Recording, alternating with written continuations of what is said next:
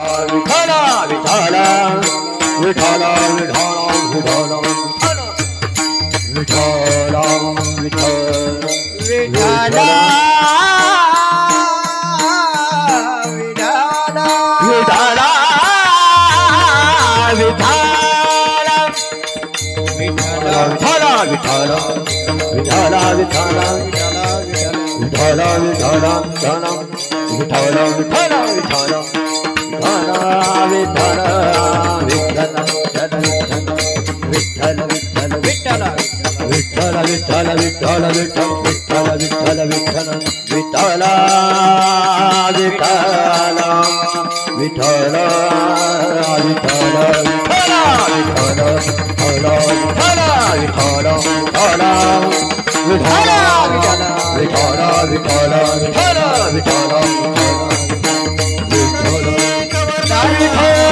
श्री ज्ञानदेव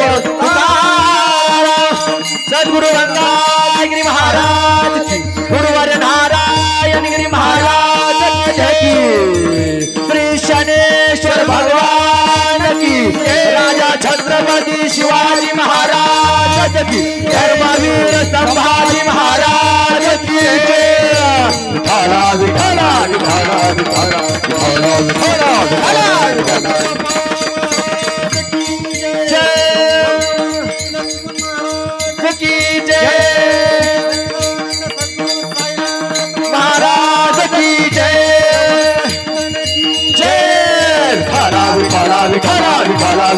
विठ्ठला विठ्ठला विठ्ठला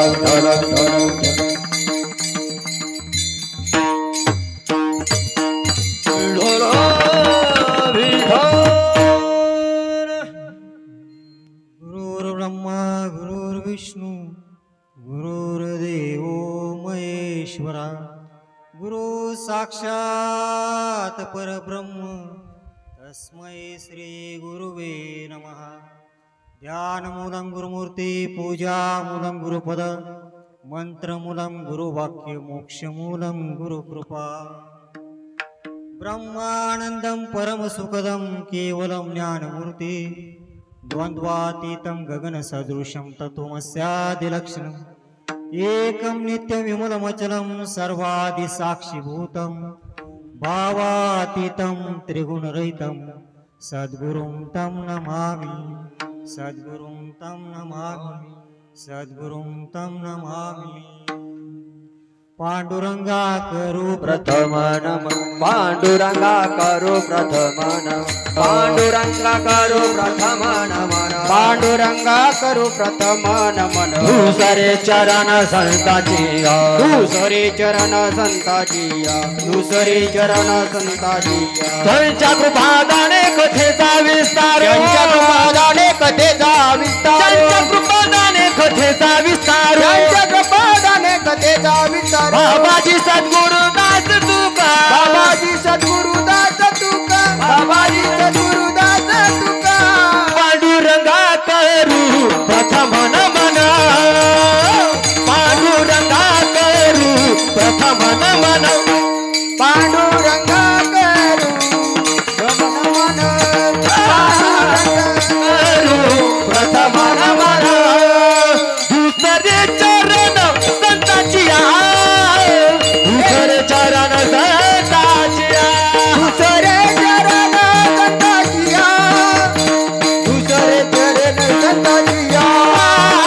त्यांच्या कृपादाने कथेचा विस्तार, बाबाजी सद्गुरु दास तुका। त्यांच्या कृपादाने कथेचा विस्तार, बाबाजी सद्गुरु दास तुका, तुका।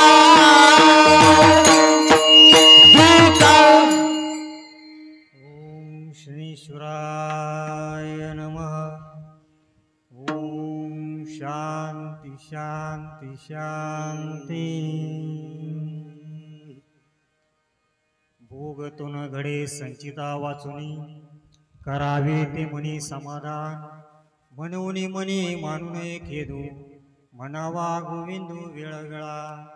आणि का रुसावे न लगे बहुता, आपुल्या संचिता वाचुनिया, म्हणून मनी मानू नये खेदू म्हणावा गोविंदू वेळवेळा तुका म्हणे भार घातली यावरी तुका म्हणे भार घातली यावरी होईल काय वारी नारायण म्हणून मनी मानू नये खेदू म्हणावा गोविंदू वेळोवेळा विठ्ठल विठ्ठल विठ्ठल विठ्ठल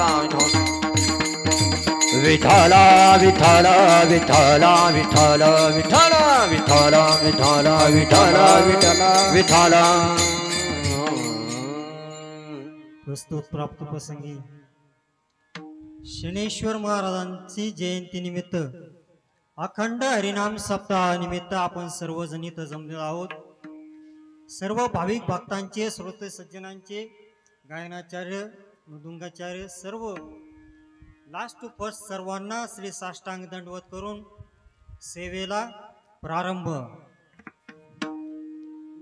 शनेश्वर महाराजांची इथं आल्यानंतर मला आपले जे अध्यक्ष आहेत महाराज त्यांचं नाव नाही माहिती मला, तर त्यांनी मला थोडी आख्यायिका सांगितली शनी महाराजांबद्दल की स्वयंभू मूर्ती आहेत, स्वयंभू शाळा आहेत.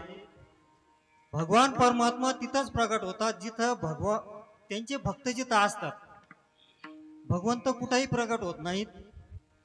सूर्यनारायण भगवंतांना मुलगा झाला, त्यांना खूप आनंद झाला. प्रत्येक वडिलांना आनंद होतो की आपल्याला मुलगा झाला. सूर्यनारायण भगवान खूप आनंदित झाले आणि छाया मातांच्या कक्षामध्ये गेल्यानंतर ज्यावेळेस त्यांनी मुलाला बघितलं तर त्यांना खूप वाईट वाटलं. का तर मी इतका तेजस्वी पूर्ण जगाला प्रकाशित करतो आणि माझा मुलगा इतका काळा आणि लाल जरा डोळे, ते रूप काही सूर्यनारायण भगवंताला म्हणजे वडिलांना आवडलं नाही. ते न आवडल्यामुळे त्यांनी शनी महाराजांची टीका केली, निंदा केली आणि ते बाळाला नकोस म्हणजे थोडक्यात घेईना. आता साहजिक आहे, कुठल्या वडिलांना असं वाटतं की मुलगा एकतर आईसारखा किंवा वडिलांसारखा तेजस्वी गोरा गोमटा व्हावा. पण शनी महाराजांनी काळ्या रंगामध्येच का अवतार घेतला? या काळ्या रंगाचं असं काय वैशिष्ट्य आहे की शनी महाराजांना ते भगवंताचे अवतार होते, त्यांनी दुसरं रूपही अवतार चांगलं मनोहर रूपही घेऊ शकत होते, पण त्यांनी काळा रंगच का धारण केला असा काही भाविक भक्तांचा प्रश्न आला. तर त्याचं उत्तर असं आहे महाराज, काळा रंग असा आहे त्याच्यामध्ये आपण कुठलाही रंग मिक्स केला तर तो त्याच्यासारखाच बनवतो. कसा? काळा. म्हणून संत म्हणतात आपणासारखे करीती तात्काळ नाही काळ वेळ तया लागी. संत महात्मे आपल्यासारखं कोणी दुर्जन दुष्ट दुराचारी चांडाळ जरी त्यांच्या शरण आला तर ते त्यांना त्या समोरच्या शिष्याला किंवा आलेल्या व्यक्तीला ते आपल्यासारखं बनवतात. म्हणून शनी महाराजांनी काळा रंग धारण करून, आणि त्यांचं डिपार्टमेंट कोणतं आहे? न्यायदंड अधिकारी. त्याच्यामुळे त्यांना ते थोडंसं रूप जरा हेच ठेवावं लागेल नाही का, असं मनोहर रूप नाही चालणार ना. जज किंवा न्यायदंड अधिकारी कशा राहते जरा बलवान वगैरे तर घाबरतील ना लोक, नाही तर माझ्यासारखं असलं काय कोण घाबरत आहे कोणाला? विठ्ठल विठ्ठल विठ्ठल विठ्ठल विठ्ठल विठ्ठल विठ्ठल विठ्ठल विठ्ठल विठ्ठल विठ्ठल. कलियुगामध्ये ज्या ज्या वेळेस इथून मागही खूप अवतार भगवान परमात्म्याने सज्जनांच्या रक्षणासाठी आणि दुर्जनांचा सार करण्यासाठी घेतला, तसा शनी महाराजांच्या अवताराने श्री हरी विष्णू भगवान रूपांतरित झाले, रूपाला आले, अवतरित आले. त्यांनी असं रूप धारण केल्यामुळं सूर्यनारायण भगवान वडील नाराज झाले. नाराज झाल्यामुळे हे शनी महाराजांना समजलं की आपले वडील आपल्याला आपला काळा रंग असल्यामुळे आपल्याला ऍक्सेप्ट करत नाहीत. त्यांना खूप वाईटही वाटलं आणि रागही आला. म्हणून आपण आज शनी जयंती निमित्त एक एक महत्वाचे त्याच्यातले वर्म पॉइंट घेऊन जाणार आहोत. आणि हे पॉइंट जर आपण घेऊन गेलो तर आपण आपलं जीवन खूप सुजलाम सुफलाम होईल, असा हा अभंग आहे. या अभंगामध्ये आपल्या सर्व प्रश्नांची उत्तरं शनी महाराज जशी सत्सद्वे बुद्धी देतील तसं सोडवण्याचा प्रयत्न करूया. विठ्ठल विठ्ठल विठ्ठल विठ्ठल विठ्ठल विठ्ठल विठ्ठल विठ्ठल विठ्ठल विठ्ठल विठ्ठल विठ्ठल. वडिलांनी केलेली निंदा आणि टीका शनी महाराजांना आवडली नाही, हा सगळ्यात महत्वाचा पॉइंट आहे. कुणीही आपण कुणाच्याही व्यंगावर कधीही टीका करू नये, त्याची निंदा करू नये. कबीर महाराज सांगतात, निंदा मत करना किसी की, सच्ची बात कबीर जी की, साचा झूठा दोनों भाई खुदा ने बनवाए, साचे की करनी साचा भरेगा तू क्यों दिलगरी भाई, झूठी की करनी झूठा भरेगा तू क्यों दिलगरी भाई. आपण का त्याचं मळ, त्याचं गबाळ, त्याची निंदा करून आपण आपल्या अंगावर घ्या.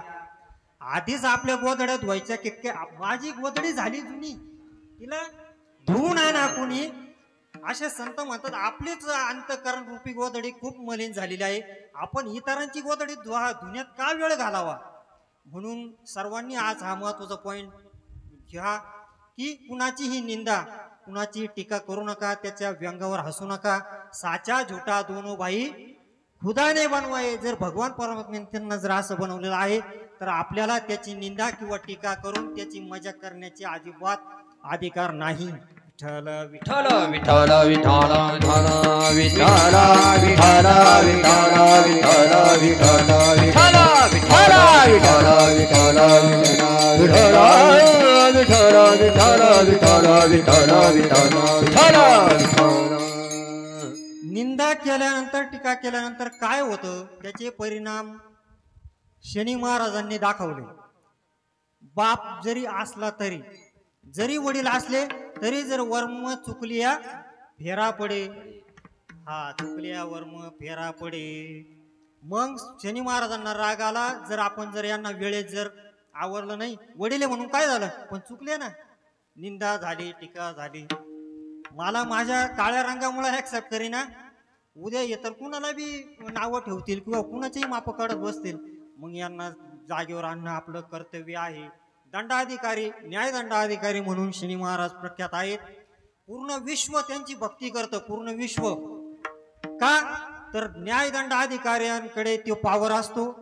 केले कर्म त्याची भोगाले, केले कर्म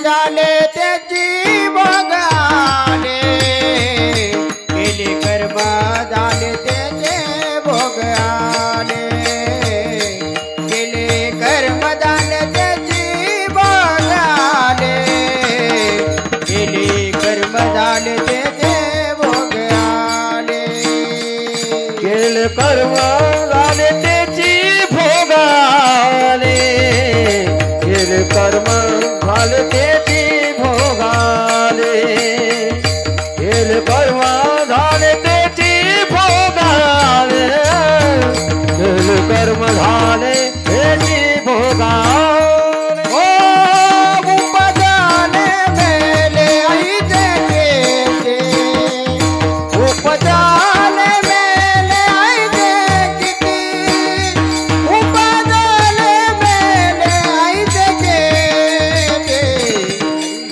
गाता हर परी चिंता, हरिमुखी गाता हर परी चिंता, हरिमुखी गाता हर परी चिंता, हरिमुखी गाता हर परी हरिमुखी गाता हर बली चिंता, हरिमुखी गाता हर बली चिंता, हरिमुखी गाता हर बली चिंता, हरिमुखी गाता हर बली चिंता, हर बली चिंता.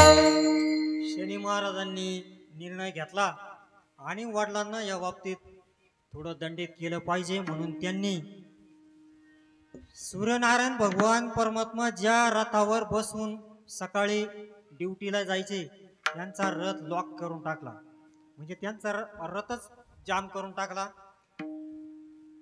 त्यांचे रथाचे जे सारथी आहे वरुण महाराज आणि त्यांचे जे 7 घोडे, त्यांना त्यांची दृष्टीच गायब होऊन गेली आणि रथाचे चाक पण लॉक झाले. सकाळी ड्युटीला जायचा टाइम झाला, राताला स्टार्ट मारला, स्टार्टच होईना. काय झालंय, काल तर सगळं चेक केलं होतं, आज काय झालं. म्हणून त्यांनी खूप आवडले, खूप किक मारल्या, पण रथ काय स्टार्ट होईना.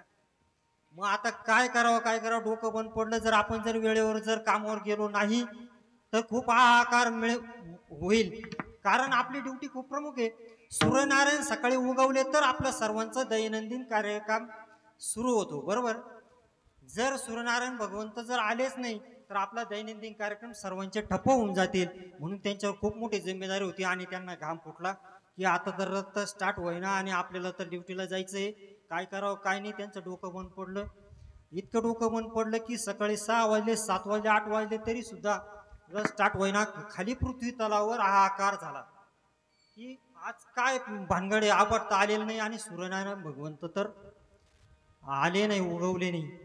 सर्वीकडे चर्चा व्हायला लागली. सर्व देवांमध्ये चर्चा झाली की काय झालंय नक्की. सूर्यनारायण भगवंताचंही डोकं बंद पडलं. त्यांनी अंतर्मुख होऊन बघितलं. शहाणा माणूस अंतर्मुख होत असतो. शहाण्या माणसाने अंतर्मुख होऊन राहावं, जेणेकरून आपल्या हातून काहीतरी घडल्याशिवाय हा भोग आला नाही हे आपण आपल्याला तपासायचं. विठ्ठल विठ्ठल विठ्ठल विठ्ठल विठ्ठल विठ्ठल विठ्ठल विठ्ठल विठ्ठल विठ्ठल विठ्ठल विठ्ठल विठ्ठल विठ्ठल. शहाण्या म्हण आप आपल्या घात करू, शत्रू झालो मी दावेदारू, तू तो कृपेचा सागरू, उतरी पार तुका म्हणे. आपण आपल्या पहिले तपासणी केली पाहिजे की नक्की मिस्टेक कुठं झाली. जर आपल्या घरामध्ये जर काही कारणास्तव जर हलबल झाली, गडबड झाली तर सर्वात पहिले आपण आपल्याला तपासावं, म्हणजे चूक सापडते. तर तेच प्रकार सूर्यनारायण भगवंताने आपल्या अंतर्मुख होऊन बघितलं की नक्की काहीतरी मिस्टेक झाली आहे आपल्याकडून. त्याच्याशिवाय आतापर्यंत कधी आपला रथ बंद पडला नाही, यांचे कधी डोळे गेले नाहीत, रथ कधी लॉक झाला नाही, हे पहिल्यांदाच झालंय.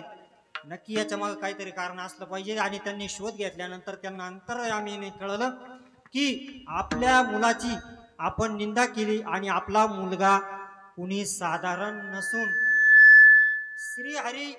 श्री हरी विष्णू भगवंताचा अवतार आहे हे त्यांच्या अंतर्मुख गेल्यानंतर लक्षात आलं.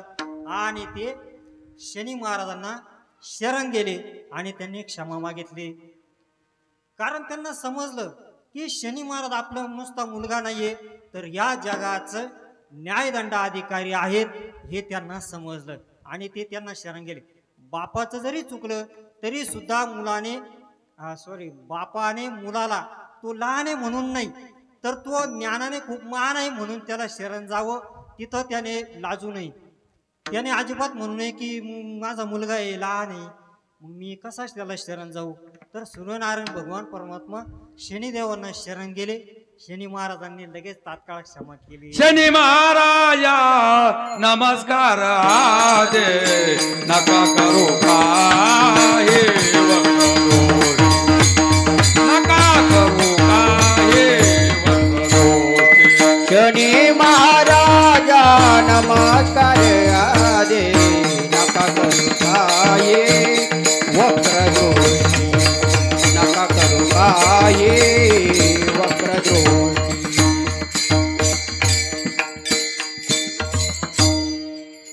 आणि तात्काळ त्यांनी क्षमा केली. महाराज शनी महाराज खूप दयाळू महात्मा आहेत. आपण त्यांच्याकडे खूप भीतीने बघतो. शनी महाराजांना आपली भीती घालवायची आपल्याला. ते भीतीदायक नाही. वडील कुठं भीतीदायक असतात का? आपण शाळेतून आल्यानंतर आपली आई विचारते बाळ जेवलास का, आणि वडील काय विचारतात, अभ्यास केला का. अरे विठ्ठल विठ्ठल विठ्ठल विठ्ठल विठ्ठल विठ्ठल विठ्ठल विठ्ठल विठ्ठल विठ्ठल. आईच्या विचारण्यामध्ये बाळ जेवलास का तर तिचं एक मर्यादा आहे, घरापुरती बाळापुरती एक प्रेमापोटी. पण वडिलांची प्रेम मर्यादा बघा किती अमर्याद आहे. हा जेवला तर तात्पुरता जगेल, पण हा याने जर अभ्यास नाही केला तर हा कायमचा उपाशी राहील, याचे हाल होतील. म्हणून वडील त्यांचं कर्तव्य पार पाडित असतात. भले मुलांनी त्या वडिलांना वाईट दुष्ट नजरेने जरी बघितलं तरी सुद्धा वडिलांनी आपलं कर्तव्य सोडू नये, आपल्या मुलाला वेळोवेळी मार्गदर्शन करीत राहावं. बाकी तो ऐकेल ना ऐकेल हा त्याचा भाग. पण आपण आई वडिलांनी आपलं आपलं कर्तव्य अगदी अगदी निष्ठतेने पार पाडलं पाहिजे. आपल्या मुलांना आता सध्या, कारण कलियुग सुरू आहे, खूप बाहेर परिस्थिती आपण सर्व बघत आहोत. आपल्या मुलांना दर शनिवारी हनुमान चालीसा होत असेल नाही का? हो, हनुमान चालीसेला 100% पाठवाच. नवीन आपल्याला वेळ असला तर आपणही जा, कारण आपण गेलो, इंजिन गेलं तर डबे त्याच्या मागे येतील. तसं आई वडील ज्या मार्गाने जातील त्याच मार्गाने आपले मुलं, आपली पुढची संस्कृती जाणार आहे. आज शनी महाराजांचा जन्म उत्सव, जयंती उत्सव आज इतका मोठ्या संख्येने इथं साजरा होतो, याचा खूप आनंद झाला आणि खूप खूप छान. कोण जाणे तुमचे माझे काय पूर्व नाते, म्हणून तुमच्या दर्शनाशी मी आलो इथे. तुमच्या दर्शनाने मी कृतकृत्य झालो, तुमच्या प्रेमसागरात मी पूर्ण बुडालो. हा श्लोक माझ्या गुरु महाराज ब्रह्ममूर्ती लक्ष्मण महाराजांचा आहे. त्यांचं म्हणणं असं होतं की कोण जाणे तुमचे माझे काय पूर्व नाते, म्हणून तुमच्या दर्शनाशी मी आलो इथे. मग अशीच आमचं चर्चा झाली. मी इथं आलो नाही, मला आणलं. शनी महाराजांनी कृपा केली संजय महाराजांच्या मार्फत. त्यांना खरं ते कीर्तन आलं होतं, पण ते म्हटले तुम्हीच करा. शनी महाराजांची इच्छा म्हणून इथं उभा आहे. ते जे सुचवतील, जे सांगतील, त्यांचा निरोप आपल्यापर्यंत जसा आहे तसा पोहोचवण्याचा प्रयत्न करतो. विठ्ठल विठ्ठल विठ्ठल विठ्ठल विठ्ठल विठ्ठल विठ्ठल विठ्ठल विठ्ठल विठ्ठल विठ्ठल विठ्ठल विठ्ठल विठ्ठल विठ्ठल. ब्रह्ममूर्ती लक्ष्मण महाराज गोल्डे केलवड हे माझे गुरु महाराज. त्यांनी पहिल्यापासून खूप निष्काम सेवा केली. का तर कारण कर्माचं गती गहन आहे हे त्यांनी ओळखलं होतं. सत्कर्म केले त्याचेही फळ मिळतात आणि दुष्कर्म केले त्याचेही फळ मिळतात. आपण जर सत्कर्मच करीत राहिलो तरी आपल्याला मुक्ती नाही, आणि नुसते दुष्कर्म करीत असलो तरी मुक्ती नाही. तुम्ही म्हणशाल सत्कर्म केल्यावर मुक्ती कशी नाही, तर आपल्याला ते फळ भोगण्यासाठी पुन्हा जन्माला यावं लागतं. म्हणून आपण निष्काम भावनेने कर्म करावेत. ह्या कर्म चक्रातून जर सुटायचं असेल तर याला हाच एक पर्याय आहे, निष्काम. आमचे गुरु महाराज प्रवचनाला असंख्य ठिकाणी जायचे, पण तिथलं नारळ, शॉल आणि जे बी काय आलं असेल ते त्या देवस्थानच्या ठिकाणी ते अर्पण करून त्यांना साष्टांग दंडवत करून निघून जायचे. हे आमच्या वडिलांनी म्हणजे आमच्या गुरु महाराजांनी आम्हाला जे शिकवलं, त्यांच्याच पावलं, फुल नाही फुलाची पाकळी. 100% आपल्याकडून त्यांच्यासारखं वर्तन होऊ शकत नाही. गुरु महाराज ते गुरु महाराज, त्यांची बरोबरी आपण करू शकत नाही, पण फुल नाही फुलाची पाकळी 1% का होईना त्यांच्या पाठीमागे चालण्याचा हा प्रयत्न आहे. म्हणून आपण सर्व भाविक जन खूप खूप खूप खूप प्रेमळात, खूप भाविकात. आपलं 100% पूर्वजन्मीचे सुकृत असल्याशिवाय, पूर्व पुण्याई असल्याशिवाय या धर्म मंडपात येणे नाही. विठ्ठल विठ्ठल विठ्ठल विठ्ठल विठ्ठल विठ्ठल विठ्ठल विठ्ठल. बहुत सुकृताची जोडी म्हणून विठ्ठले आवडे. आपल्या सर्वांचे गेट पासून तर माझ्या पाठीमागे उभं राहिलेले सर्व शनी भक्त, भाविक भक्त, पूर्व पुण्य ज्याचे असेल पुण्याई तोच मुखी गाय हरीचे नाम.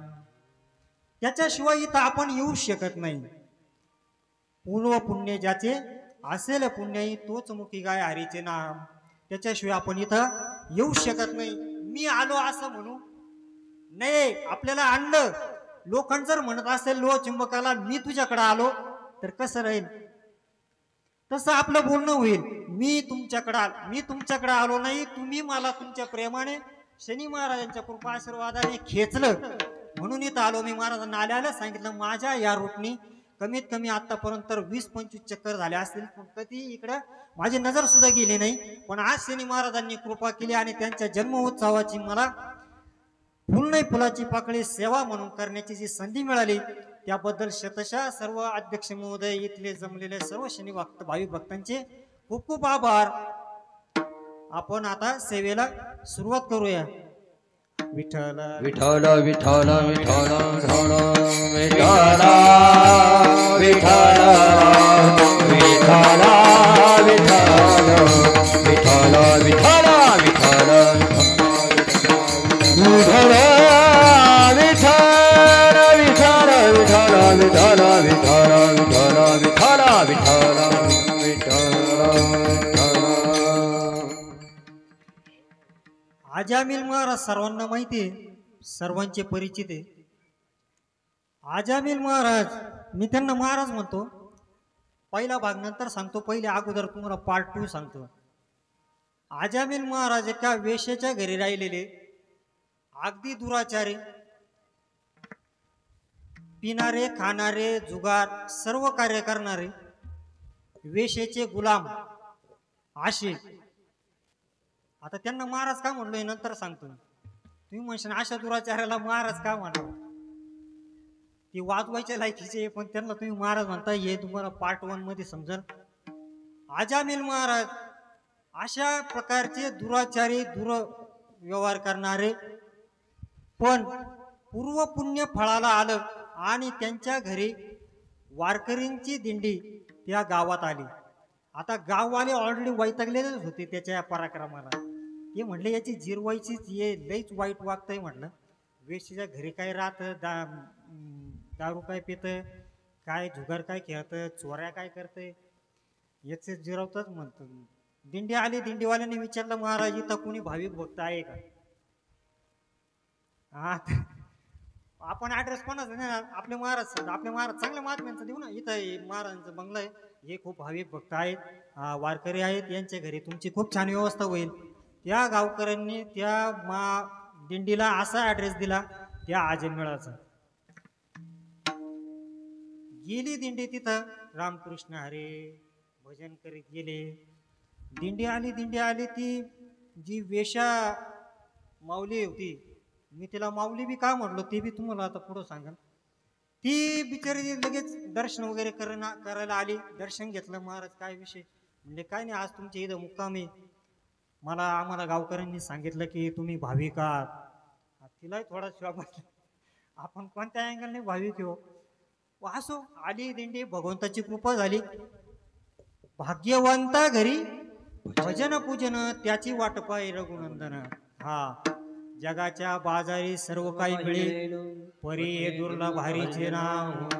हरीचं नाम मुखात यायला आणि आपल्या श्रवणामध्ये कानामध्ये यायला सुद्धा खूप भाग्य लागतं महाराज.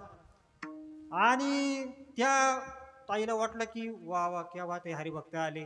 मग तिनं ते दिंडीची षोडोपचार पूजा वगैरे केली, सेवा केली आणि संध्याकाळी जेवणाचा तयारी केली पंक्तीची. आणि आजामीला म्हटलं, हे काय डोक्याला ताप झाला म्हटलं, हे इकडं कुठायचं म्हणे, यांनी इकडं कशाला आले. पण तो म्हटलं चला आता आले तर करूया सेवा, असेल काय आपलं मागचं. मग ते म्हटले ठीक आहे. मग दोघांनी मिळून त्या दिंडीची खूप छान सेवा केली, त्यांना पंगत दिली. आणि दिंडी दुसऱ्या दिवशी चहा नाश्ता घेऊन निघायला लागल्यावर ते संत सज्जन खूप खूप प्रेमळ असतात. संत कधी उदार नाही का, ते कधी कुणाला असं खाली हात हे करत नाही. ते लगेच आशीर्वाद देऊन हे करतात, त्यांच्या ऋणातून मुक्त होण्याचा प्रयत्न करतात. संत म्हणले आम्ही तुम्हाला वरदान देतो, आशीर्वाद मागा. ते म्हटले तुम्हीच आमच्या इडे जेवले, आता तुम्ही निघा. असं आजमीलाचं उत्तर. म्हटले हा आडवण दिसतो. संतांनी ओळखून घेतलं, पण संतांनी ओळखलं याची काहीतरी पूर्वपुण्य असल्याशिवाय, महाराज पूर्वपुण्य असल्याशिवाय संत संग भेटत नाही. सत्संगतीचा महिमा कळेना, सत्संग कोठे श्रमला मिळेना. सत्संगतीने तुटते कुबुद्धी, सत्संग झाली या भौसाल सिद्धी. सत्संगतीने काय होतं, आपल्याला आतमध्ये असलेली कुबुद्धी आहे ती तुटून आपल्याला सत्संग बुद्धी जागृत होती. म्हणून सत्संग करीत जावा. आपण कधी म्हणे शनी महाराजांच्या मंदिरात भेटल्यानंतर त्यांच्या चरित्राबद्दल चर्चा करावा. मंदिरात बसल्यावर दुसऱ्या बाहेरच्या गप्पा नाही करू. तिथं शनी स्तोत्र आहे, हनुमान चालीसा आहे, नसन तर नामस्मरण करावं. म्हणजे त्यांनी काय होतं, आपल्या बुद्धीवर सुसंस्कार होतात. मग त्या वारकरी संतांनी विचार केला की एक काम करा, तुमच्या इथे नुकतंच एक बाळ जन्मलेलं आहे आम्हाला समजलंय, तर त्या बाळाचं नाव नारायण ठेवा. ठीक आहे म्हणले, काय हरकत नाही, त्याचे साखरपान वाटायचेच होते, तर तुमच्या हाताने झाली, चांगली गोष्ट आहे, ठीक आहे. त्यांनी आजामिलांनी आणि त्या जोडीने त्या बाळाचं नाव नारायण ठेवलं आणि दिंडी तिथून प्रस्थान झाली. प्रस्थान झाल्यानंतर आता आपल्या घरामध्ये 2-3 मुलं मुली जर असले तर सर्वात लहान्या मुलीवर किंवा मुलावर आजोबांचं किंवा वडिलांचं खूप प्रेम असतं, बरोबर. तसं त्या आजामिलाचं प्रेम त्या लहान्या बाळावर खूप खूप जडलं. इतकं जडलं की तो उठता नारायण, बसता नारायण, खाता नारायण, झोपता नारायण करायला लागला. नारायण कुठे गेला, नारायण दिसना. नारायण जेवला का, नारायण झोपला का, नारायण बसला का, असा जप त्याचा चालू झाला. असं करता का नाही का, आजोबा आले घर, तो कुठे आहे, राम कुठे आहे, नानू कुठे आहे, म्हणजे लगेच नातवत चौकशी, किंवा वडील जरी घरात आले तर ते जे लहान राहतं ना त्याची पहिली चौकशी होती. म्हणून लहान होऊन राहावं, लहानपण देगा देवा, लहानपण देगा देवा, लहानपण देगा देवा, लहानपण देगा देवा. मुंगी साखर दारवा, मुंगी साखर दारवा, लहानपण देगा देवा, लहानपण देगा देवा. मुंगी साखर दारवा, मुंगी साखर दारवा, लहानपण देगा देवा, लहानपण देगा देवा. लहानपणात जी मजा आहे ना ती मोठं होण्यात नाही. 2 पोरांचे जर आपल्या घरात भांडणं झाले तर पहिले फटके मोठ्या पोराला पडतात, खरं आहे, किंवा मोठ्या पोरीला पडतात, लहान्याला मारीत नाही का. तुला समजत नाही का तो लहान आहे, ही मजा आहे. म्हणून लहान भगवंताचं भक्त व्हायचं असेल ना, वेद शास्त्र पुराण भानगडी करून मोठं व्हायच्या भानगडीत पडू नये. लहान होऊन राव, भगवंताचं नुसतं नाम घेतलं तरी तो काम करतो. तो 4 मुक्ती नामापाशी, हा कलियुगी उद्धार हरीच्या नामी. 4 मुक्ती नामाजवळ आहे, तर आपण फक्त नामस्मरणच घ्यावा. हे वेदशास्त्र पुराण भानगडे ह्या पहिल्या युगामध्ये होत्या, त्यावेळेस करावा लागायच्या योम यज्ञ या क्रिया, कारण त्यावेळेस त्याचं महत्व होतं. आता कलियुगामध्ये सोपं आहे, तुका म्हणे सोपे आहे सर्व होणे, तुका म्हणे झोपे आहे सर्व होणे, तुका म्हणे झोपे आहे सर्व होणे, तुका म्हणे झोपे आहे सर्व, तुका म्हणे सोपे आहे सर्व होणे, तुका म्हणे सोपे आहे सर्व होणे, तुका म्हणे सोपे आहे सर्व होणे, तुका म्हणे सोपे आहे सर्व होणे. शहाणा तो धाडी घेतो रे ते, शहाणा तो धनी घेतो येते, अनाथ दानी घेतो येते, शहाणा धनी घेतो येते. हरिमुखी गाता हरिमुखे म्हणा, हरिमुखे म्हणा, हरिमुखे म्हणा. जावे मना करा न लगती सायाचे, जावे वना करा न लगती सायाचे, जावे वना करा न लगती सायाचे, जावे वना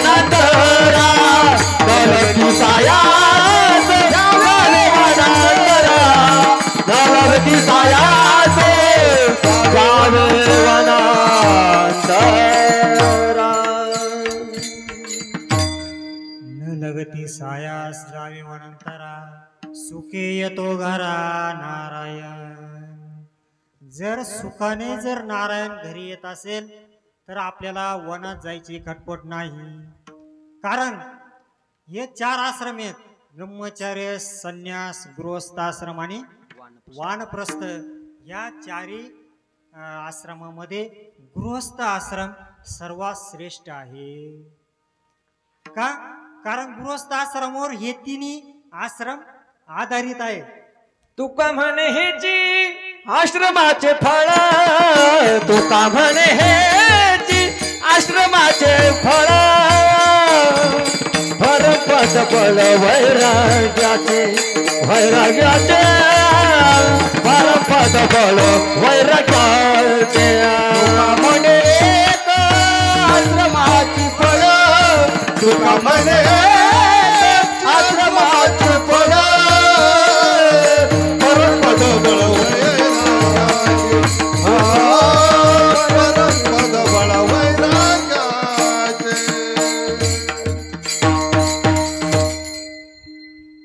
अजामिलाचा अंतकाळ जवळ आला. अंतकाळ जवळ आल्यानंतर त्याला त्या बाळाचीच काळजी जास्त लागली, त्याच्यावर प्रीती खूप जडली होती. आणि संतांनी पाच जाता जाता असा उपकार करून गेले की त्याचं कल्याण करून गेले, त्यालाही समजलं नाही. काय सांगू आता संतांचे उपकार, काय सांगू आता संतांचे उपकार. काय सांगू आता संतांचे उपकार, काय सांगू आता संतांचे उपकार.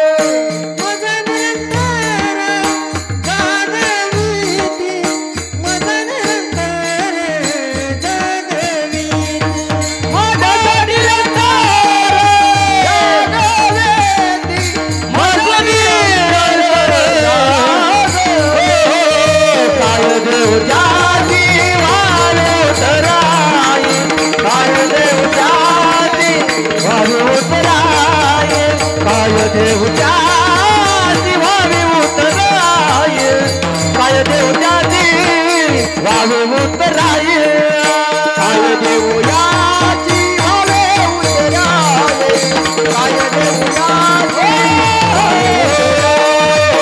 काय देवयाची वावे उतराय, काय देवयाची वावे उतराय, वावे उतराय, वावे. साधू बोध झाला तो नुरुनिया ठेला, मोक्ष रेखे आला भाग्य विनटला. ज्यांच्या ज्यांच्या जीवनामध्ये साधू संतांची भेट झाली असेल त्यांनी समजून घ्या आपण मोक्ष रेखे खाली आलो. ही खूण आहे. संतांची भेट झाल्यानंतर ते आपल्याला ते ज्ञान जे भगवान परमात्मेने सूर्यनारायणांना दिलं, सूर्यनारायणांनी आपल्या मुलगा मनूला दिलं, त्यांनी आपल्या मुलगा इक्ष्वाकुला दिलं. ते ज्ञानाची प्राप्ती आपल्याला होते. आणि त्या ज्ञानाने काय होतं, हा भवसागर सिंधू तरुण जाण्यासाठी आपल्याला तो उपयोगी होतो. म्हणून याला तारक मंत्र असे म्हणतात, नाम म्हणतात. जर कुणी घेतलेलं नसेल, संतांची भेट झालेली नसेल, तर त्यांनी शनी महाराजांना रोज प्रार्थना करा की माझ्या उद्धाराचा मार्ग मला दाखवा. कारण संत भेटी झाल्यानंतर, कारण बहु अवघड संत भेटी परी जग जेठे करुणा केली, बहु अवघड आहे संत भेटी परी जग जेठे करुणा केली. भगवान परमात्मा ज्या वेळेस करुणा करतो त्यावेळेस संत भेट होत असते. म्हणून भगवंताकडं नित्य नियमाने जेव्हा बी वेळ मिळेल तेव्हा नामस्मरण करीत राहावं आणि प्रार्थना करीत राहावं की ह्या कर्मचक्रातून मला बाहेर काढा. जर तसं केलं नाही तर आपण कायम या चक्कीमध्ये पिसले जाऊ. म्हणून प्रार्थनेला खूप महत्व आहे महाराज. जेव्हा बी वेळ मिळेल, कारण काळ वेळ नाम उच्चारिता नाही, दोन्ही पक्ष पायी उद्धरती. जेव्हा आपल्याला जेव्हा बी सुचेल तेव्हा आपल्याला आपण शनेश्वर भगवंताचं नामस्मरण कंटिन्यू करत राहावं. त्या निमित्ताने शनीश्वर भगवान काय करतील, प्रसन्न होतील. ते कशा कशाने प्रसन्न होतील तीही सांगतो. गाय, कावळा, कुत्रा, मांजर, पशु पक्षी यांना मूठभर दाणे, भाकर, पाणी देत जा. कारण सर्व घटी राम देहादेही एक, सूर्यप्रकाशक सहस्ररश्मी. सर्व घटाघटात प्रभू रामचंद्र भगवान परमात्मा भरलेला आहे आणि तोच आपल्याला खरा जाणायचा आहे. म्हणून हा अखंड हरिनाम सप्ताह आहे. विठ्ठल विठ्ठल विठ्ठल विठ्ठल विठ्ठल विठ्ठल विठ्ठल विठ्ठल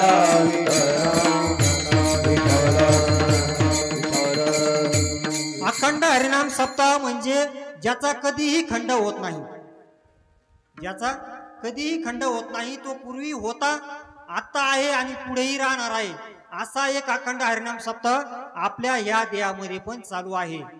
देह देवाचे देऊळ आत आत्मा पांडुरंग, देह देवाचे देऊळ आत आतला पांडुरंग, देह देवाचे देऊळ आत गजला पांडुरंग, आतला पांडुरंग, हरला पांडुरंग. त्या आत्मारूपी पांडुरंगाची भेट घेण्यासाठी हा अखंड हरिनाम सप्ताह आहे. आपल्या आतमध्ये पण एक अखंड हरिनाम चालू आहे. ते आपण ज्या वेळेस आपल्या तत्वदर्शी संत महात्म्यांची भेट घेऊ त्यावेळेस ते आपल्याला त्या अखंड हरिनाम सप्त्याची ओळख करून देतात. ती ओळख होणं गरजेचं आहे.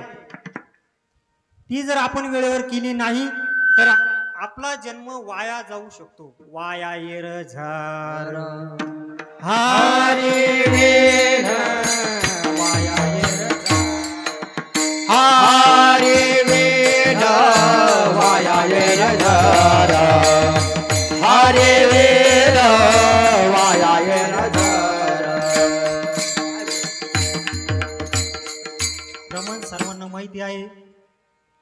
इथं सप्त्याला आले आणि पाऊस आला आणि कीर्तनच झालं नाही तर आपली येर झार कशी वाया गेली असती.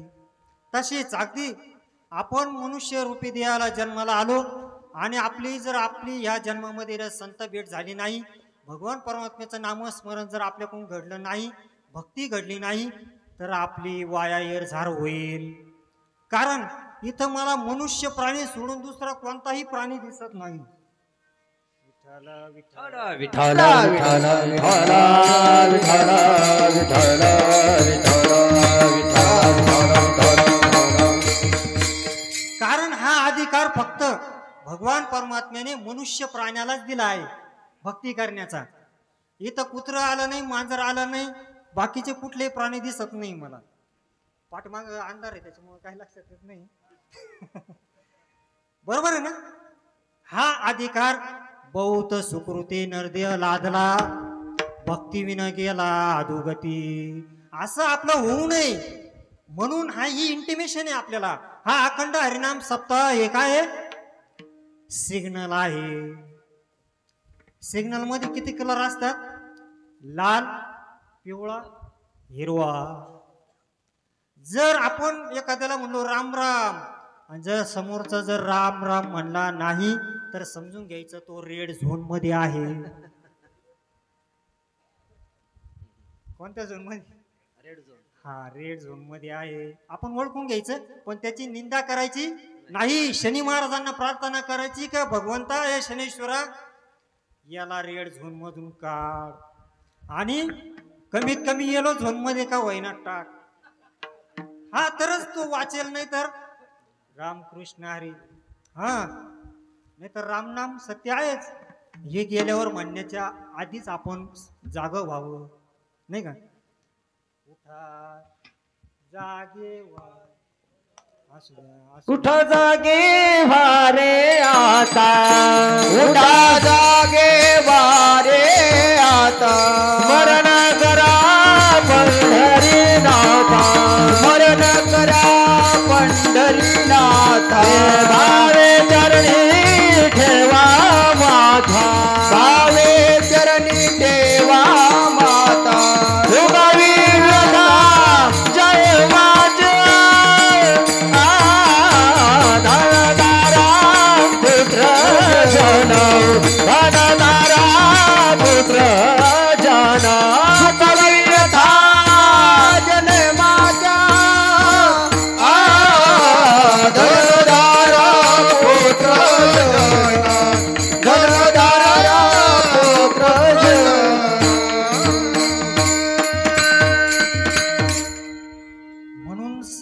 देवाचे आपल्यावर उपकार आहे ते की आपल्याला ते जागवतात.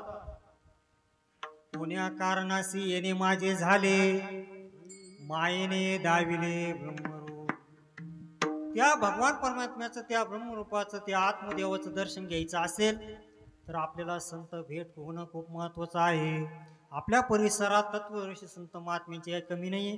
कुठल्याही संत महात्म्याला जिथं आपला भाव असेल तिथं आपण लवकरात लवकर शरण जाऊन आपण त्यांच्याकडून तो महाप्रसाद ग्रहण करावा, ते ज्ञान ग्रहण करावं. ते ज्ञान पैगा बरवे जरी मनी आत आणावे, तरी संताया भजावी सर्वस्वीसी.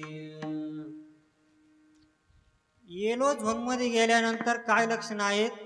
भगवान परमात्म्याची भक्ती करण्याची इच्छा आहे पण सवड नाही. कारण सुटका करीत असतं आपलं. आलो असतो महाराज भजनाला कीर्तनाला आलो असतो, पण कारण काय झालं, हे पोते झाकायचे राहिले. काहीतरी कारण आडवं येणार आहे, तळमळ आहे, पण मग ती तळमळ हळूहळू ती वाढवावी. म्हणजे आपल्याला शनी महाराज आपल्या कृपा करून आपल्याला या धर्ममंडपात येण्यासाठी सहकार्य करतात. विठ्ठल विठ्ठल विठ्ठल विठ्ठल विठ्ठल विठ्ठल विठ्ठल विठ्ठल विठ्ठल विठ्ठल विठ्ठल विठ्ठल विठ्ठल विठ्ठल. आपण जर वेळेवर कारणाचा नाश केला नाही तर ते कारण आपलं नाश करीत असतं. म्हणून वेळेवर सावध होऊन आपण भजनी लागायचंय. सावध होऊन भजनी लागा. अहम वाग्या सोहम वाग्या प्रेम नगर वारी, सावध होवनी भजनी लागा. देव करा कैवारी, मल्हारीची वारी माझ्या मल्हारीची वारी, मल्हारीची वारी माझ्या मल्हारीची वारी, मल्हारीची वारी माझ्या मल्हारीची वारी, मल्हारीची वारी माझ्या मल्हारीची वारी. सावधानी भजनी लागा देव करा कैवारी, सावधानी भजनी लागा देव करा कैवारी. मल्हारीची वारी माझ्या मल्हारीची वारी, मल्हारीची वारी माझ्या मल्हारीची वारी, मल्हारीची वारी माझ्या मल्हारीची वारी, वारी माझ्या मल्हारीची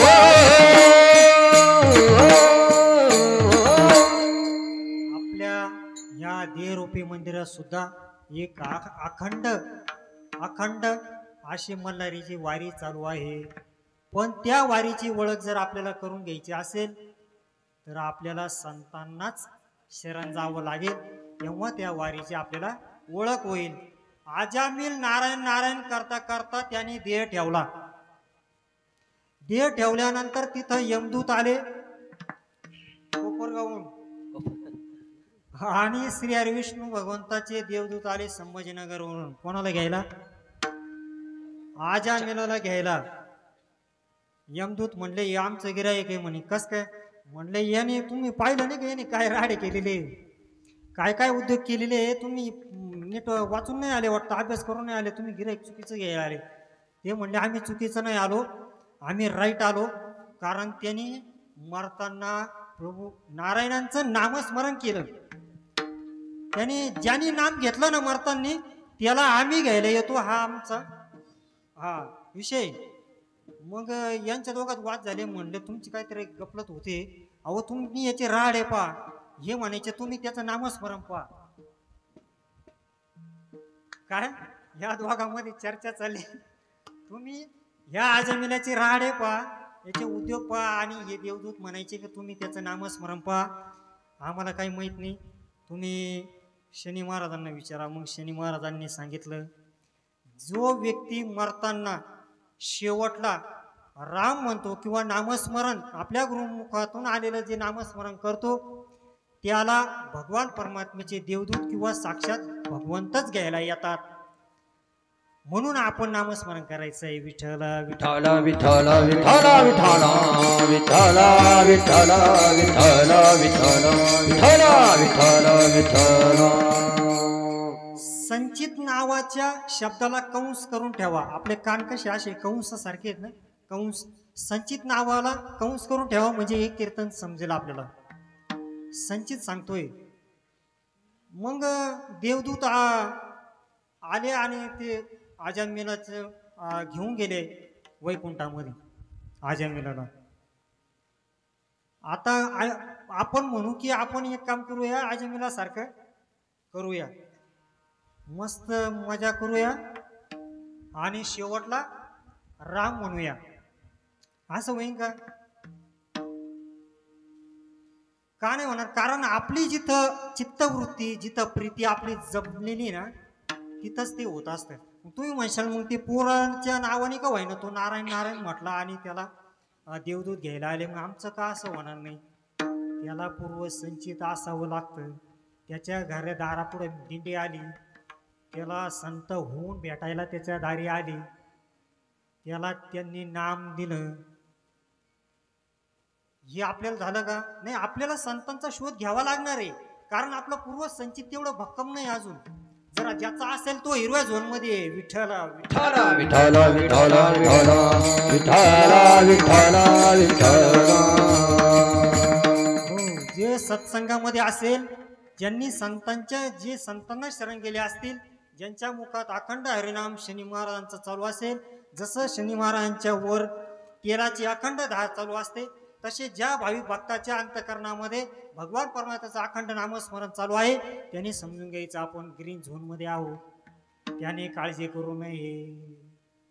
मागे पुढे उभा सांभाळी, मागे पुढे उभा राहे सांभाळीत, मागे पुढे उभा राहे सांभाळीत, मागे पुढे उभा राही संभाळीत, मागे पुढे उभा राही संभाळीत.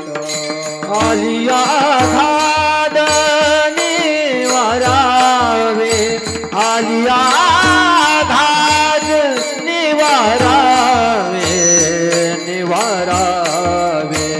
पडे देह भाव पूर्वा विवासना, पडे देह भाव पूर्वा विवासना. आलिया घाद निवारावे, आलिया घाद निवारावे.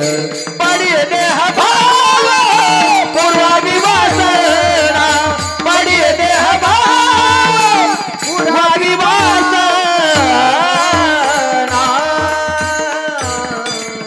जो नामस्मरण करतो त्याच्या मागे पुढे भगवान परमात्मा वास करत असतात. त्याच्यावर कुठल्याही प्रकारचा भवरोगाचा, बाहेरचा, आतला कुठल्याही प्रकारचा त्याच्यावर आघात होऊ देत नाही. म्हणून नामधारकाने जे नामस्मरण करतात त्यांनी ही चिंता करू नये. आता आजमेलाचा पूर्व भाग सांगतो. तो या शेवटच्या घडीलाच त्यांनी इतके दिवस त्यांनी उद्योग केले आणि शेवटच्या घडीला नामस्मरण करून कस का मुक्त झाला? तर पूर्व भाग असा आहे की तो पूर्व भागामध्ये, पूर्वजन्मामध्ये तो एक ऋषी मुनी होता, सत्पुरुष, एकदम ऋषी, ब्रह्मचारी, संन्यासी. हिमालयामध्ये तपश्चर्या करत असताना त्यांची समाधी लागून गेली आणि 0 डिग्री सेल्सिअस तापमानामध्ये बर्फ झाला आणि ती साधू महात्मा तपश्चर्या करता करता त्यांचं शरीर गोठलं आणि त्यांचा मृत्यू कधीही होऊ शकत होता महाराज, कधीही होऊ शकत होता. पण तिथं दैवी योगाने किंवा प्रारब्ध योगाने म्हणा, तिथं त्या शहरातली, बाजूच्या शहरातली एक राजकन्या तिथून फिरण्यासाठी आलेली असल्यामुळे तिनं ते बघितलं. ती राजकन्या खूप सुशील आणि साधू संतांची सेवा करणारी होती, भाविक भक्तांची सेवा करणारी होती. राज्याला आपल्या लेकरासारखा, आपल्या भाऊ बंधू भगिनींसारखा सांभाळणारी होती. तिला त्या ऋषी संत मुनींची दया आली. तिला वाटलं या ऋषींना जर आपण वेळेवर वाचवलं नाही, वेळेवर त्यांना जर गरमाई ओप दिली नाही, तर ह्या साधूचा, ह्या ऋषींचा, या महात्म्याचा मृत्यू होईल. हे तिच्या लक्षात आलं. तिनं आपल्या सहकाऱ्यांना सांगितलं, या महात्म्यानं शेजारच्या गुफेमध्ये घ्या. त्या महात्म्यानं त्यांनी गुफेमध्ये घेतलं आणि त्यांना उष्णता दिली. उष्णता दिल्यानंतर साधू शरीर त्यांचं पुन्हा पूर्वस्थितीत आलं. ते टेम्परेचर, शरीराला जे मेंटेन असतं ते टेम्परेचरमध्ये आल्यानंतर त्यांना जाग आली. ते समज बाहेर आले आणि त्यांनी बघितलं की ह्या स्त्रीने, ह्या कन्येने मला स्पर्श केलाय. कारण ते एकदम जबरदस्त कट्टर एकदम संत होते. त्यांना खूप राग आला आणि त्यांनी मागचा पुढचा विचार न करता शाप दिला की तू पुढच्या जन्मात वेश्या होशील. म्हणून कधी पण आपण घरामध्ये काही गलबल झाली तर बोलताना अगोदर पूर्व गोष्टीचा इतिहास जाणून घ्या, शांत राहून निर्णय घ्या. ही चूक त्या महात्म्याकून झाली. तू पुढच्या जन्मात वेश्या होशील. ती म्हटली महाराज क्षमा करा, माझा असा का कुठल्याही प्रकारचा तुमची तपश्चर्या भंग करण्याचा हेतू नव्हता. माझी फक्त तुमची सेवा करण्याचा हेतू होता. पण तुम्ही मागचा पुढचा विचार न करता पूर्व इतिहासाची माहिती न घेता मला जो शाप दिला तो मला आवडलेला नाही. माझ्याही अंतःकरण दुखलं, माझाही आत्मा दुखला. मी तुम्हाला सुद्धा शाप देते का तुम्ही त्या वेश्येचे गुलाम होशाल. विठ्ठला विठ्ठल विठ्ठल विठ्ठल विठ्ठल विठ्ठल विठ्ठल विठ्ठल विठ्ठल विठ्ठल विठ्ठल विठ्ठल विठ्ठल विठ्ठल. आता समजलं ना. ती पुढच्या जन्मामध्ये ती महिला, ती राजकन्या वेश्याच्या जन्माला, वेश्याच्या घरी जन्माला आली वेश्या म्हणून. आणि तो ऋषी तपस्वी महात्मा त्या वेश्येचा गुलाम म्हणून अजामिल म्हणून जन्माला आला. एरवी मागच्या जन्मात संचित असल्याशिवाय तो भोग प्रारब्धात येतच नाही. तुकाराम महाराज अभंगाच्या पहिल्या चरणात सांगतात. भोगतो नगाडे संचितावतोने, भोगतो नगाडे संचितावतोने, भोगतो न घडे संचितावाचोनी, भोगतो न घडे संचितावाचोनी. करवते मन समाधान समाधान, करवते मन समाधान समाधान समाधान, मनावो निमाने मानू नायकेदा, मनावो निमाने मानू नायकेदा, मनोनी मानी मालून खेदो, मनोनी मानी मालून खेदो.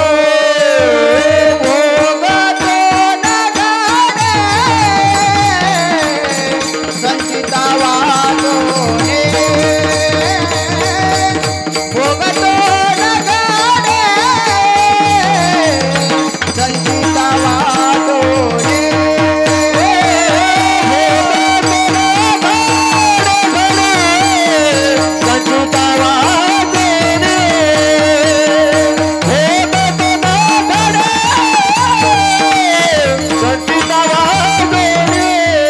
करवते मनी समाधान, करवते मनी समाधान, मनावो निमाने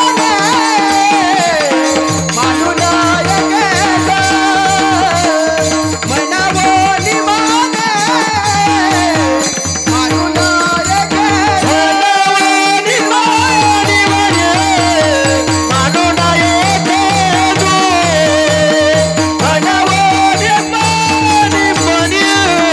मानू नायकेदा,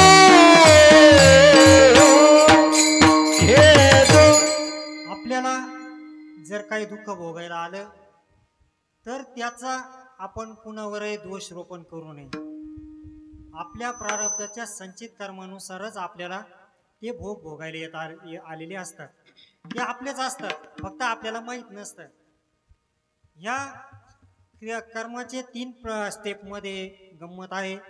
क्रियमान, प्रारब्ध आणि संचित. संचित म्हणजे गोडाऊन. आपण जे केलेल्या कर्माचे फळं त्या संचितामध्ये जमा होत असतात आणि त्याच्यातून थोडंसं भोगायला आलेलं आहे, त्याला प्रारब्ध म्हणतात. आणि आता जे आपण करतोय, कीर्तन ऐकतोय, कीर्तन करतोय, त्याला क्रियमान कर्म असे म्हणतात. म्हणून म्हणी मानू नये खेदू, म्हणावा गोविंदू वेळोवेळा. गोविंदू वेळोवेळा का म्हणावा तर हे याच्यासाठी म्हणावं की हे प्रारब्धाचे भोग येणारच आहे. ते कुणालाही चुकवता आले नाही. भक्त प्रल्हाद कुणी त्रास दिला? त्यांच्याच वडिलांनी त्यांना त्रास दिला. रामकृष्ण परमहंस घशाला कॅन्सर. प्रारब्धाचे भोग का कालिका मातांच्या मांडीवर डोकं ठेवून आराम करणारे, कालिका माता सोबत उठणारे बसणारे महात्मे होते. ते काही किरकोळ महात्मे नव्हते. पण घशाचा कॅन्सर बरा करायची सुद्धा त्यांनी विनंती केली नाही. का तर ती जर केली तर ते राहिलेले परार्थाचे भोग पुन्हा भोगायला यावं लागेल. ते कुणालाही चुकत नाही. भगवान परमात्म्याला सुद्धा चुकले नाही.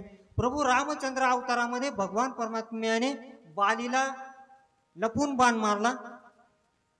तोच पारधी म्हणून जन्माला आला कृष्ण अवतारामध्ये.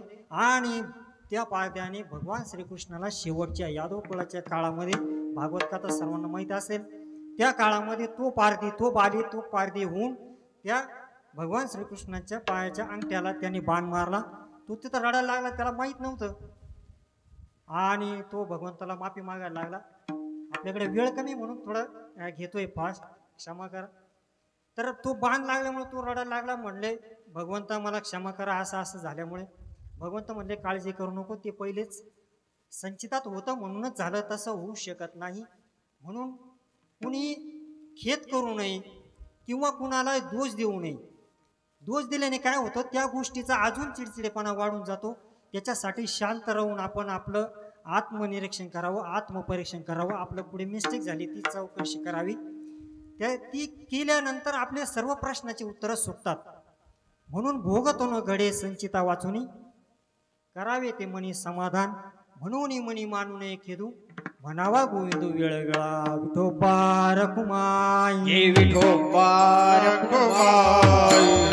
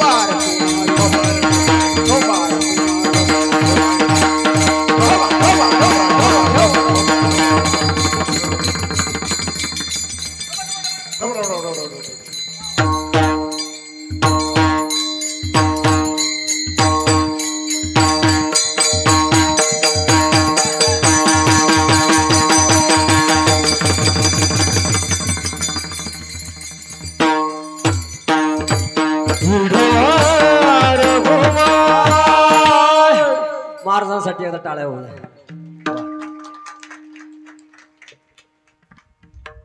भोगतून घडे संचिता वाचुनी, करावे ते मनी समाधान. म्हणून मनी मानू नये खेदू, म्हणावा गोविंद वेळेवेळा.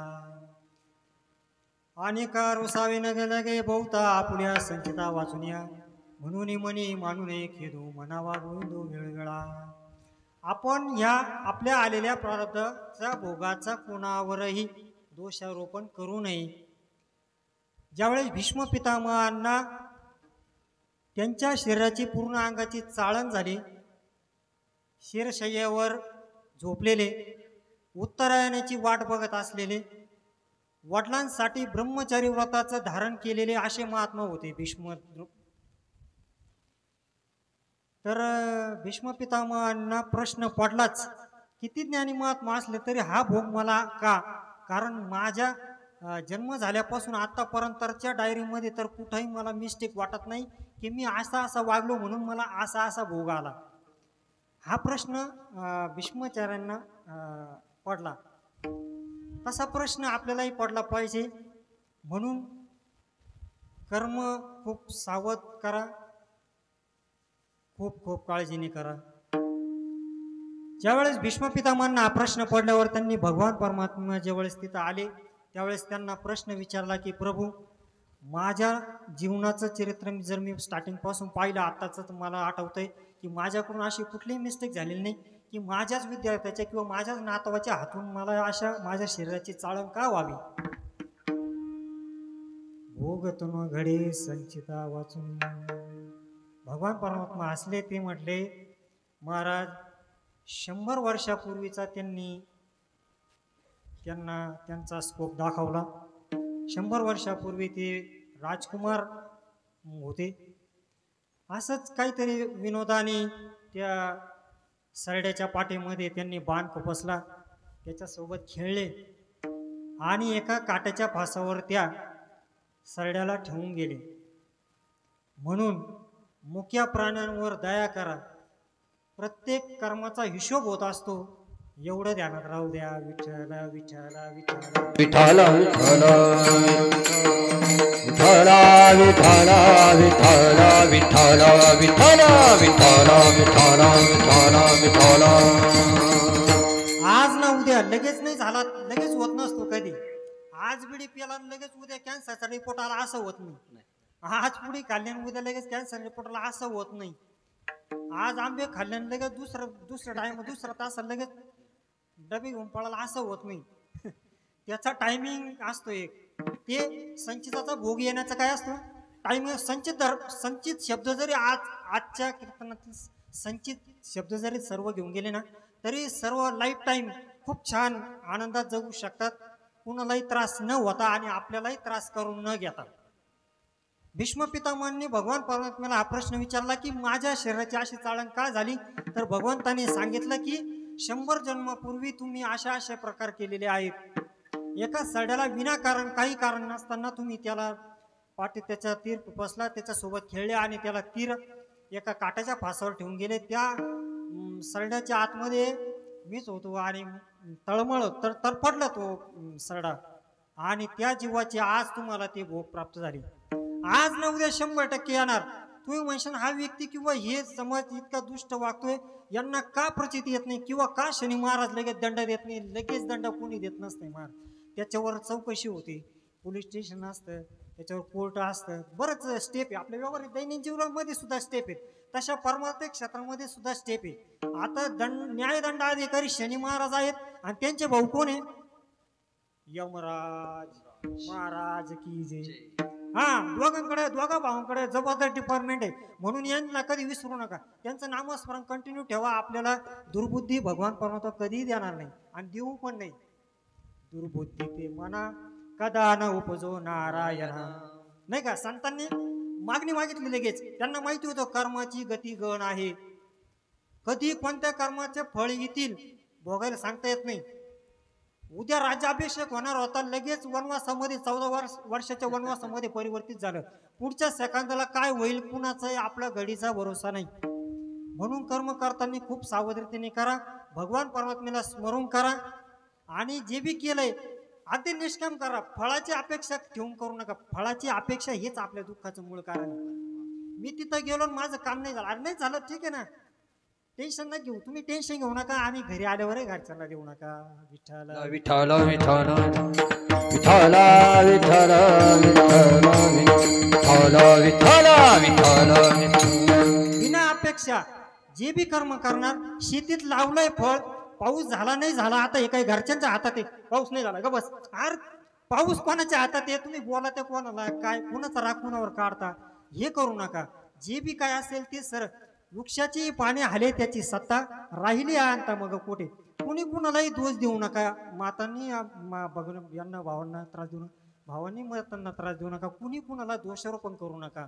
जसं भीष्म पितामहांनी भगवान परमात्म्यांना हा प्रश्न विचारून सॉल्व केला, तसा आपणही शनी महाराजांना कधी मंदिरात जाऊन बसा आणि त्यांच्या संग बोला. ते जर नाही बोलले, रामकृष्ण हरी, शनी महाराज बोलल्याशिवाय राहणार. अहो ती खूप आपल्यावर प्रेम करतात. जसं आपले वडील आपल्यावर प्रेम करतात ना, आपल्या बाळाचं वाटोळं होऊ नये म्हणून त्याला आपण सांगतो अभ्यास कर अभ्यास कर अभ्यास कर. पण त्या बोराच्या डोक्यात काय, मा बापला कडू आहे.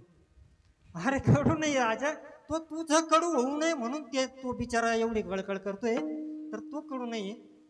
तो बरं ठीक आहे, कडू तर कडू, पण तुमचं जीवन तुम्ही कडू करून घेऊ नका. या वडिलांचं, आई वडिलांचं, साधू संतांचं ऐका आणि आपण आपल्या जीवनाचं कल्याण करून घ्या. भीष्म पितामहांनी हा प्रश्न विचारल्यानंतर भगवान परमात्म्याने त्यांना ते प्रक्षेपण दाखवलं आणि त्यांनी समाधानाने डोळे झाकले. अभंगाच्या 3ऱ्या चरणात आणि करू सावे न लगे बहुता, आणि करू सावे न लगे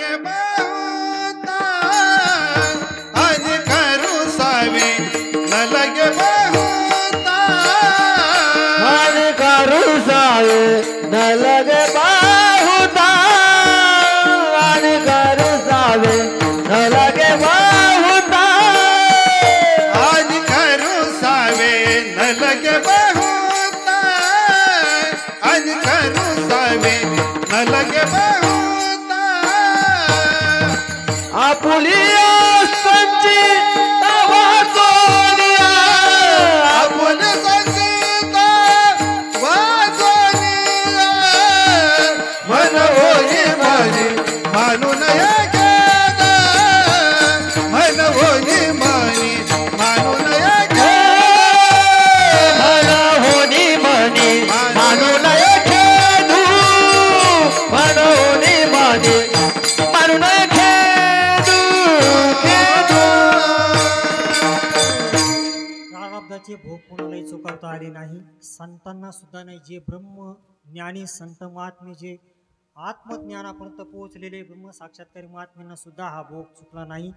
हा एका जनार्दनी भोग प्रारब्धाचा हरिकृपे त्याचा नाश झाला. ती हरिकृपा व्हावी म्हणून भजन करायचंय आपल्याला.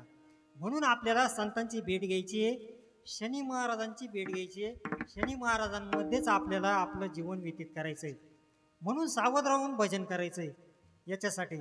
आणि तो भगवान परमात्मा मग काय करतो, आपण भजन केलं की वेळोवेळा भजन केलं की काय करतो तो, मग जसं भक्त प्रल्हादाच्या मागे पुढे राहे उभे नाही का, उभं रक्षण केलं त्यांनी, उकाळते त्याला मध्ये रक्षण केलं, कड्याहून लोटलं तेव्हा रक्षण केलं, तर तो मागे पुढे उभा राहे सांभाळीत आली आघात निवाराया. म्हणून वेळोवेळा भजन करावं. आपल्याकडे वेळ कमी आहे. हा अभंग 2 तासात, 2 दिवसात, 2 वर्षात सुटणारा नाही. तरी सुद्धा आपण अल्पसा फुल नाही फुलाची पाकळी प्रयत्न केला. शनी महाराजांनी जशी कृपादृष्टी केली तसं चाललंय. आता भगवान परमात्मा भक्तांसाठी काय काय करतो, तो त्यांचा काही वैर कसा होतो. नामस्मरण केल्यानंतर भगवान परमात्मा त्यांच्या मागं पुढं कसा उभा राहतो. ज्या वेळेस ह्या पृथ्वी तलावर जलाशयाने तुफान आलेलं होतं, त्यावेळेस आपल्या सर्व सज्जन साधू संतांच्या रक्षणासाठी, सर्व जीवांच्या रक्षणासाठी भगवान परमात्मा पहिला अवतार मासा झाला, मत्स्य पहिला अवतार.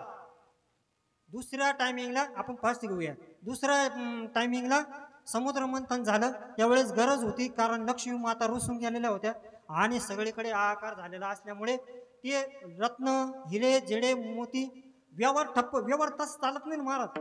व्यवहार करायचा म्हणलं हे हा सर्व प्रपंच व्यवहाराने चालतो, तोच ठप्प झालेला होता तिन्ही लोकांचा. म्हणून समुद्र मंथनाची वेळ आली आणि त्या टायमाला तो महामेरू पर्वत धारण करण्यासाठी भगवान परमात्म्याने कच्छ कासवाचं रूप धारण केलं. कोण झालं भगवान परमात्मा? कासव झाला. कोणासाठी? भक्तासाठी. तिसरा अवतार वराह, हिरण्याक्ष राक्षसाने ही पृथ्वी पाताळात नेली. त्यावेळेस भगवान परमात्म्याला दया आली. सर्व आपल्यासारख्या जीवजंतू भाविक भक्तांची रक्षणासाठी भगवान परमात्म्याने वराह अवतार धारण केला आणि पृथ्वी घेऊन वर आली आणि पुन्हा तिथं व्यवस्थित स्थापन केली. वराहाचा अर्थ काय? हा, भगवान परमात्मा झाला. कोणासाठी?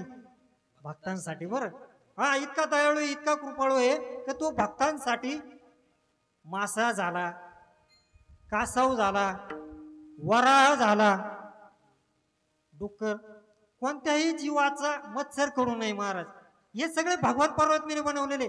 बर ते येतं गावात येतं, आपण टाकलेल्या रोडवर आपण गाणी करीत, बरोबर. आपण रोडवर कार कचरा दारात पुढे पण घाण वगैरे टाकतो आणि तो जीव येतो आणि खातो. बरं काही मागत नाही, भीक मागत नाही, काय नाही, काय तो बिचारा खातो पितो व्यवस्थित आपल्या आपल्या ठिकाणावर निघून जातो. त्याला स्वच्छता कर्मचारी म्हणतात. शहरामध्ये असे कर्मचारी तिथं नेऊन सोडलेले असतात शहरांमध्ये की आजूबाजूची ते दुर्गंधी साफ करतात. अशा जीवाचा सुद्धा मत्सर करून या भगवान परमात्म्याने सर्वांना अधिकार दिलाय जीवन जगण्याचा. लास्ट पासून फर्स्ट पर्यंत सकाळाशी येते आहे अधिकार, कलियुगी उद्धार हरीच्या नामी. तसा जीवन जगण्याचा प्रत्येक जीव जंतू, माशी, किडा, मुंगी, मच्छर सर्व जीवजंतूंना हे दिलेले आहे. आणि हे सर्व कोणावर आधारित आहे? आपल्यावर आहे. आपण कुत्र्याला भाकर टाकली तर तो खाईन महाराज. भाकर सोडून गवत खातं कुत्रा गवत खात नाही महाराज, त्याला भाकर टाकीचा बिगर झुळीचा फकीर आहे. अर्धी भाकर फेका, काय अडचण नाही, ती काय तुम्हाला लय मागत नाही महाराज. आणि रात्रीचं आपल्याला जाग करतं, त्याची ड्युटी करतं, म्हणून त्याला टाका. भगवान परमात्मा सर्व जीवांमध्ये आहे म्हणून सकळ जीवांचा करीतो सांभाळ. तुझं मोकलेला आहे, सर्व जीवांचा तो सांभाळ करतो. आणि सर्व जीवांसाठी अवतार कसे घेतले महाराज? मासा झाला, कासव झाला, हा वरा झाला, नंतर नरसिंह झाला भक्त प्रल्हादासाठी. नरसिंह जबरदस्त आकळ रूप. त्याच्यानंतर पुढचा अवतार परशुराम झाले, वामन झाले, परशुराम झाले, नंतर राम झाले, नंतर भगवान श्रीकृष्ण झाले, नंतर बुद्ध झाले. आता कलंकी अवतार येणार आहे. कोणासाठी? आपल्यासाठी नाही का, सज्जनांच्या रक्षणासाठी. यदा यदा हि धर्मस्य ग्लानिर्भवति भारत अभ्युत्थानम् अधर्मस्य तदात्मानं सृजाम्यहम्. परित्राणाय साधूनां विनाशाय दुष्कृतां धर्म संस्थापनार्थाय संभवामि युगे युगे.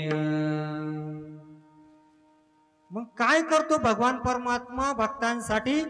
अभंगाच्या शेवटच्या चरणात तुका म्हणे घालू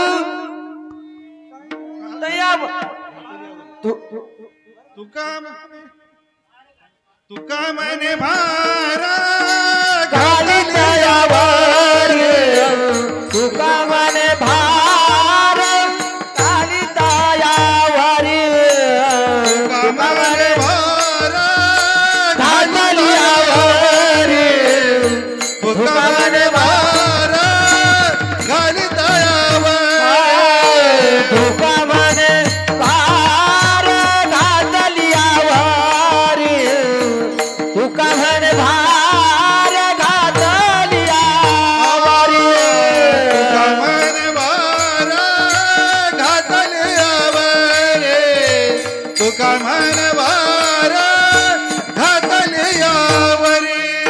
होईल कैवारी नारायण, होईल कैवारी नारायण. म्हणून मानी मानू नये खेदू, म्हणून मानी मानू नये खेदू. होईल कैवारे नारायण, होईल कैवारे नारायण म्हणून मानी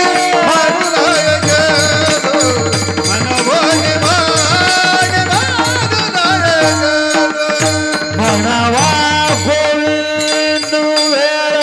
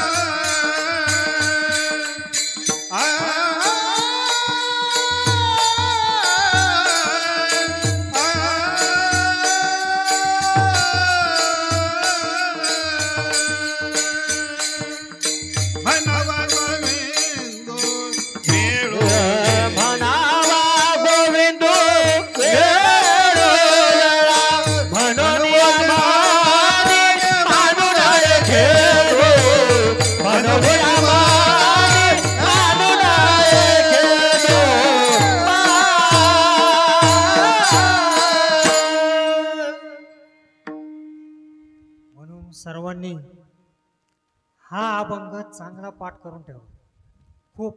आणि जेव्हा बी आपल्या जीवनामध्ये दुःख येईल त्यावेळेस हा अभंग नक्की 100% स्मरण करा. याच्यामध्ये आजार पण सांगितलेला आहे आणि त्याचा उपचार पण सांगितलेला आहे. म्हणून म्हणी मानू नये खेदू, म्हणावा गोविंदू वेळोवेळा. मग औषध काय सांगितलं? तुका म्हणे भार घातली या वरी, होईल काय वरी नारायण. आपण आपलं प्रारब्ध कर्म चुकणार नाही हे आपल्याला माहिती आहे. ते कुणाला चुकवता आलं नाही. ज्या भगवान परमात्म्याने हा नियम घालून दिला त्याला सुद्धा चुकवता आला नाही, तर आपण की जाडके पत्ती. म्हणून आपल्याला हा पर्याय तुकाराम महाराजांनी सांगितला. म्हणून म्हणी मानू नये खेदू, म्हणावा गोविंद वेळोवेळा. आणि तुका म्हणे भार घातली या वरी, होईल काही वरी नारायण. आतापर्यंत त्या भगवान परमात्म्यानेच आपल्याला सांभाळ केला आणि पुढेही तोच करील. हा विश्वास आज या शनी जयंतीच्या निमित्ताने ह्या कीर्तनातून आपण सर्वांनी घेऊन जावा. या आपल्या सर्वांचं शनी महाराजांचं आपल्या सर्वांवर लक्ष आहे आणि त्यांच्या कृपा आशीर्वादामुळेच आज आपल्याला हा योग घडून आला. आज तुमच्या सर्वांचे दर्शन, मी तर कीर्तनाला आलो नाही, मी आपल्या सर्वांच्या दर्शनासाठी इथं आलेलो आहे. हा योग मला शनी महाराजांनी घडून आणून दिला, त्याबद्दल मी त्यांचे त्रिवार कोटी कोटी धन्यवाद करतो. तुळशीमाईपासून तर आमच्या सर्व गायनाचार्य, टाळकरी महात्मे, पेटी वादक, मृदुंगाचार्य आणि तुम्ही सर्व श्रोतेजनांनी माझ्यासारख्या अज्ञानी साधकाला सांभाळून घेतलं आणि लहान लेकराची कटकट म्हणून गोड मानून घेतली, त्याबद्दल तुमचे सर्वांचे श्री साष्टांग प्रणाम करून सेवेला पूर्ण विराम देतो. ज्ञानेश माऊली ज्ञानराज माऊली तुकाराम ज्ञानेश्वर माऊली ज्ञानराज माऊली ज्ञानेश्वर माऊली